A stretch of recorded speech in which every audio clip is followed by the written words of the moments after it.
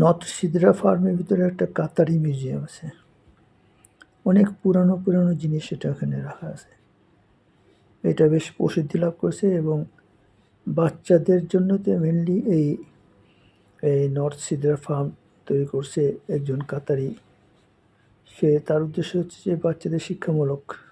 সেই জন্য এখানে সব কিছু পুরাতন যেগুলো আছে সেগুলোকে সন্নিবেশিত করা হয়েছে এখানে। সেই গাড়ি থেকে শুরু করে মোবাইল ফোন, টাইপরাইটার এবং আরও অনেক ব্যবহার্য যেগুলো আমরা এখন আর দেখি না।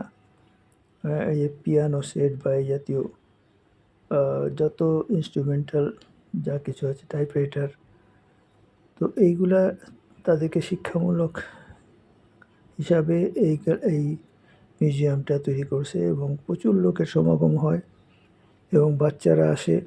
বিভিন্ন স্কুল থেকে বাস রিজার্ভ করে আসে এগুলো শিক্ষামূলক এই সফরের জন্য। এটা দোহা থেকে প্রায় 100 কিলোমিটার দূরে একটা প্রত্যন্ত অঞ্চলে একটা কি বলবো যে অনেক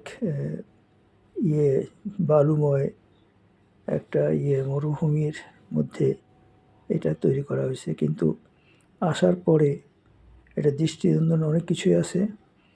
তার মধ্যে মিউজিয়াম একটা, তারপরে আরও কিছু আছে শস্য, ফল টল এগুলো পাড়ার ব্যাপারে সবগুলা, তারপর খেলা অ্যামিউজমেন্ট করার জন্য পার্ক ইত্যাদি। মানে একটা বাচ্চাদের শিক্ষামূলক যেগুলি থাকা উচিত সেই ধরনের সব কিছু অ্যারেঞ্জমেন্ট এখানে করা আছে।